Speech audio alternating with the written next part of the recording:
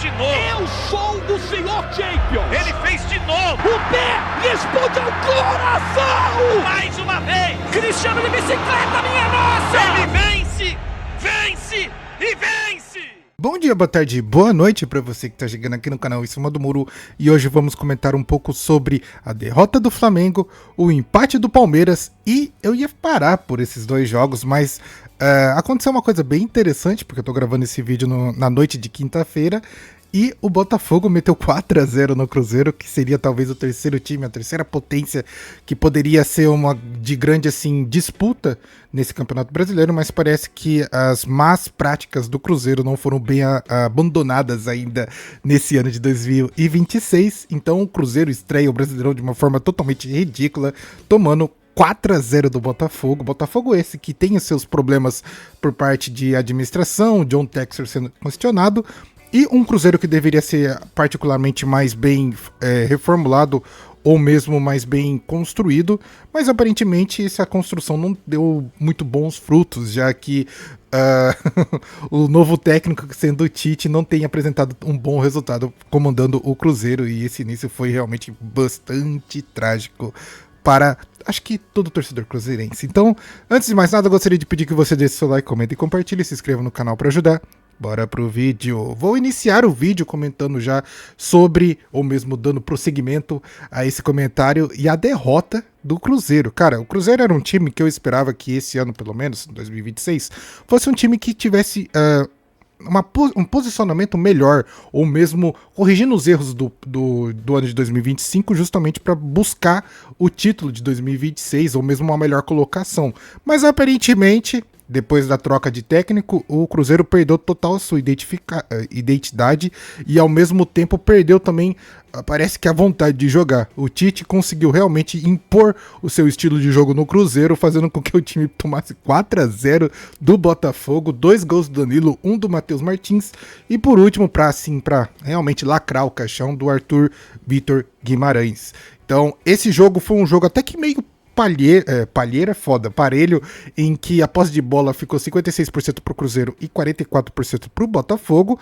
Número de chutes e finalizações bem parecidos, 4 ao gol do Cruzeiro e 5 por parte do Botafogo. Dentre 5 chutes, 4 foram realmente gols, hein?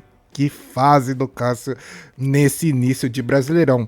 Mas assim, realmente, pelo menos da minha parte, não era algo esperado, ainda mais o Cruzeiro, que fez um investimento muito alto em trazer o Gerson para poder acompanhar o time e justamente ter uma melhor criação no meio de campo, finalização, e ajudar, obviamente, o Caio Jorge a poder realmente fazer os gols, mas aparentemente o Cruzeiro não tem dado muito certo, ou não tem dado muita sorte com esse tipo de programação, porque assim, o que me deixa um pouco desanimado com esse tipo de estilo de jogo, ou mesmo esse início do Brasileirão, talvez a inconstância que o Cruzeiro apresenta por vários momentos, igual foi no ano passado. Em determinado momento do ano, 2025, o Cruzeiro tinha plenas capacidades de passar tanto o Flamengo como o Palmeiras, já que ambas as equipes tinham a Libertadores para disputar, então era uma grande oportunidade para o Cruzeiro realmente vencer as partidas e encostar nesses dois que realmente eles estavam um pouco distante, mas essa inconstância que o time do Cruzeiro apresenta é algo que acho que o seu torcedor já está muito bem acostumado, e não permitiu com que o Cruzeiro encostasse no Palmeiras do Flamengo, deixando esses dois clubes decidirem o Brasileirão. Esse ano, pelo menos, o Cruzeiro tem a missão de fazer as coisas totalmente diferentes, só que a primeira decisão que eles tomam é de contratação do Tite. Tite esse que não tem novas ideias, é um treinador, acredito eu, ultrapassado, dados os resultados que estão acontecendo, e eu já tô vendo um movimento nas redes sociais pedindo fora Tite. Então acho que o clima entre torcida e a equipe não está muito boa, então vamos acompanhar talvez, ou mesmo observar o que vai acontecer com o Cruzeiro daqui para frente, se as coisas vão realmente melhorar, se o Tite vai ter algo a apresentar de melhor, ou se vai continuar realmente essa draga que tem sido, porque o time do Botafogo não era um time tão bem organizado assim para meter um 4-0. Então esse tipo de resultado é algo que preocupa para um time que deveria estar bem organizado, igual é o do Cruzeiro. Dando prosseguimento aqui no próximo assunto, vamos comentar um pouco sobre Atlético Mineiro e Palmeiras. Mais uma equipe que poderia muito bem ter começado o Brasileirão com a vitória, que no caso é o Palmeiras, já que no ano passado foi o time que mais brigou contra o Flamengo pelo título do Brasileirão. Obviamente que o Abel deixou escapar o Brasileirão meio que entregando os pontos, e isso eu acho realmente ridículo. Acho que isso vai ficar marcado na história do Palmeiras, não só as conquistas, mas também as falhas. E nesse sentido, na minha opinião, o Abel falhou e falhou muito feio. No jogo em si, né?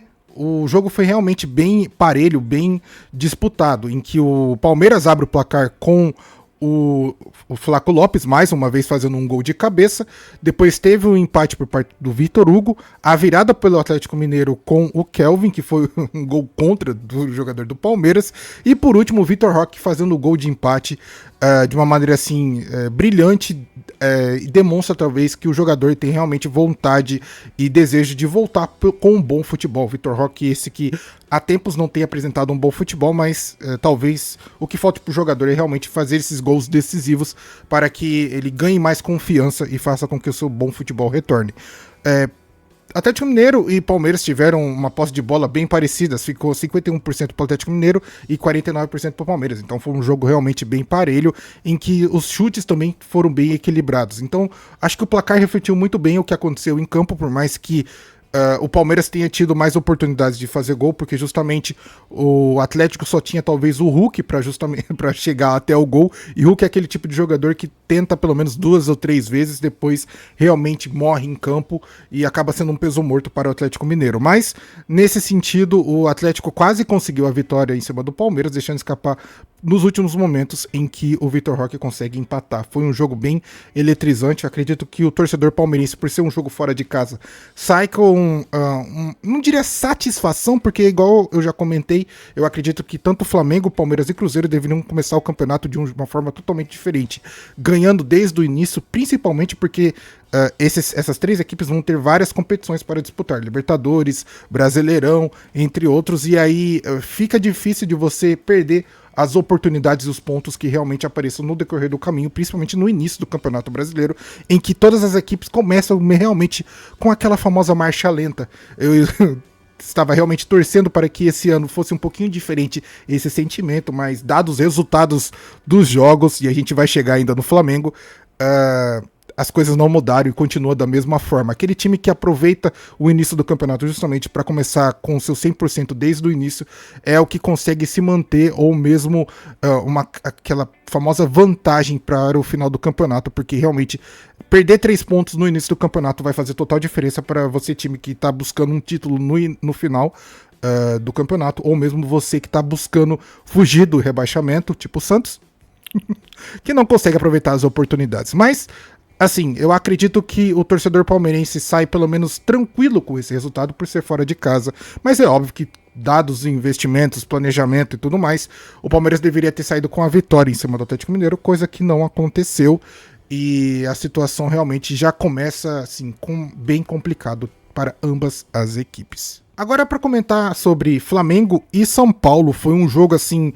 Esse sim eu posso colocar que foi um jogo emocionante, porque todos estavam acreditando que o Flamengo ia pelo menos meter uma goleada em cima do São Paulo, mesmo sendo fora de casa, mesmo o Felipe Luiz talvez utilizando peças alternativas, não seu elenco 100%, porque justamente tem uma Supercopa para decidir com o Corinthians no domingo, mas assim, até o time alternativo do Flamengo, assim, quando acaba sendo misturado, acaba sendo um time muito forte, mas quando você olha realmente pro futebol, a gente percebe que não foi bem, assim, climinha de tranquilidade e amistoso. Foi realmente um jogo bem pegado, um jogo que o São Paulo teve grandes oportunidades para realmente conseguir um placar um pouco mais elástico, principalmente no início do jogo, mas as oportunidades não apareceram. O Luciano perdeu algumas oportunidades, e quem realmente abriu o placar desde o início do jogo foi o Flamengo com o Plata. O Plata realmente conseguiu uma boa oportunidade com um passe perfeito do Pedro de peito, e o Plata abriu o placar para o Flamengo, e aí, de repente, o torcedor São Paulino se viu numa situação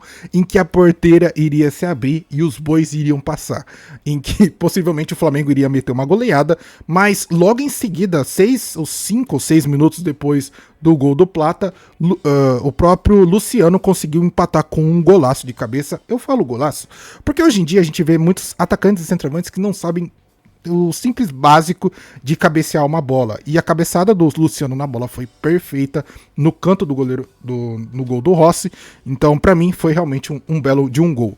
E, em sequência, o São Paulo conseguiu virar o jogo com uma falha da defesa do Flamengo.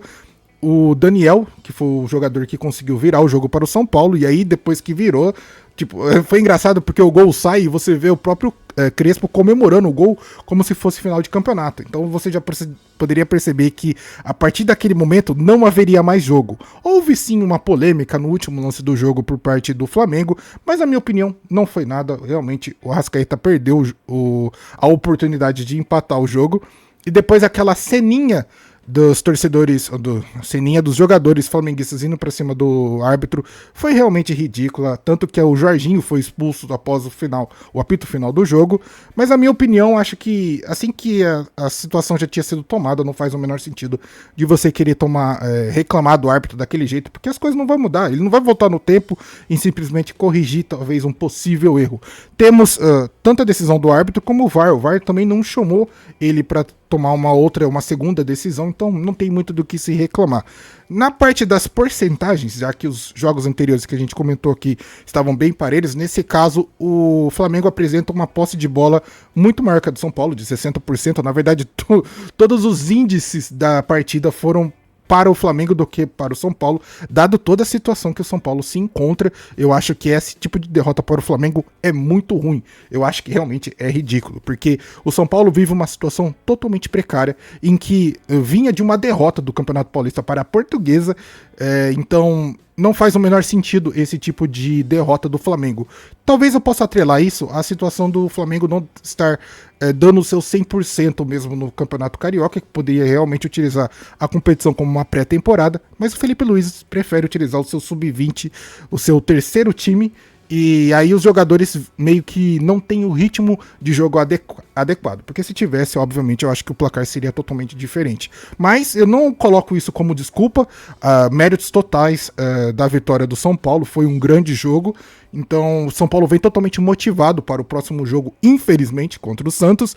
Então eu já estou esperando realmente mais uma vitória do São Paulo. E aí emplaca uma sequência de vitórias. E realmente só tem glórias o torcedor são paulino, enquanto aqueles que observam tudo isso de longe ficam realmente bem tristes. Mas esse talvez seja o meu resumo final sobre toda essa situação do Flamengo, que na minha opinião, sim, deveria ter feito um jogo diferente, que o placar deveria ser diferente, mas a incompetência dos seus jogadores provocaram esse tipo de resultado, causando a derrota no Morumbis e, assim, dando realmente a vitória merecida para o São Paulo, que parecia que buscava realmente um jogo melhor, ou buscava uma tentativa melhor de uma vitória nesse, eu diria, clássico, ou jogo muito bem feito por ambas as equipes. Então esse foi o resumo da rodada da minha parte. Eu particularmente, igual eu já tinha comentado, só ia fazer comentar o jogo do São Paulo e Flamengo e Palmeiras e Atlético Mineiro, mas o resultado de Cruzeiro e Botafogo me chamou muita atenção,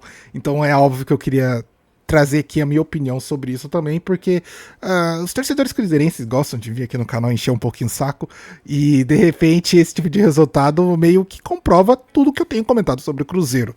Um time assim que tenta ser grande, mas ao mesmo tempo não consegue ser. Você, cruzeirense, não fique bravo comigo, foi o seu time que tomou 4-0, não foi eu.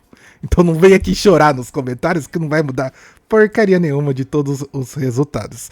Sobre o Palmeiras, eu acho que se esperava talvez um resultado diferente, mas dado todo o histórico do Palmeiras recente, eu acho que é normal tudo isso acontecer. O mais surpreendente, na minha opinião, obviamente foi a vitória do São Paulo em cima do Flamengo, que era um time que se esperava que começasse de um jeito diferente, já que começando o Brasileirão com o famoso pé direito, para que pudesse realmente buscar o título mais uma vez, e de repente perder logo para o São Paulo de uma situação totalmente precária, é algo que chama atenção e preocupa.